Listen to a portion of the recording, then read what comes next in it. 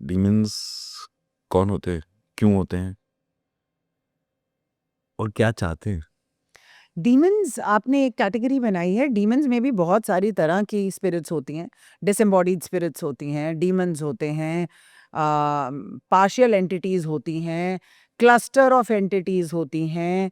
तो ये अलग अलग तरह की, देखिए, एक एनर्जी एक चीज़ है जिसके दो पोल्स होते हैं। Very simple. एक पोल को हम पॉजिटिव कहते हैं, तो हम उनमें एंजल्स और स्पिरिट गाइड्स कहते हैं, और दूसरी तरफ लोअर बीइंग्स ऑफ लाइट होते हैं, लोअर बीइंग्स होते हैं। तो आप ऐसे सोचिए जैसे एक बिल्डिंग है, बिल्डिंग में बेसमेंट में लोअर एनर्जी है, तो वहां पे लोअर बीइंग्स रहेंगे, जिसको हम हिंदुइज्म में पाताल लोक कहते हैं। और फिर बिल्डिंग में जैसे जैसे आप ऊपर जाते जाएंगे, आपकी अपनी इमोशन में, जिसको हम इमोशनल फ्रीक्वेंसी स्केल कहते हैं, ऊपर ऊपर जाते जाएंगे, तो ऊपर जाके जो सबसे हाई इमोशन होती है वो होती है जॉय, हैप्पीनेस। वहां पे एंजल्स रहते हैं। और सबसे नीचे जो बेसमेंट है, वहां पे होती है guilt, anger, shame, pride, all of that. तो जो ये डीमंस होते हैं, ये कुछ ऐसी आत्माएं होती हैं जो आगे नहीं जा पाई।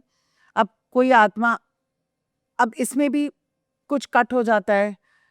कुछ कुछ आत्माएं बिल्कुल ट्रॉमा उनके साथ, जैसे आपने ये केस मेंशन किया, सोल इतना ट्रॉमा सह ही नहीं पाता, तो कई कई बार सोल ही डिसइंटीग्रेट हो जाता है, टुकड़ों टुकड़ों में हो जाता है।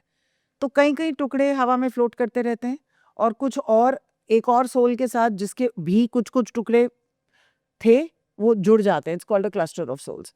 ऐसे करके बहुत सारे टाइप्स होते हैं लोअर एंटिटीज के।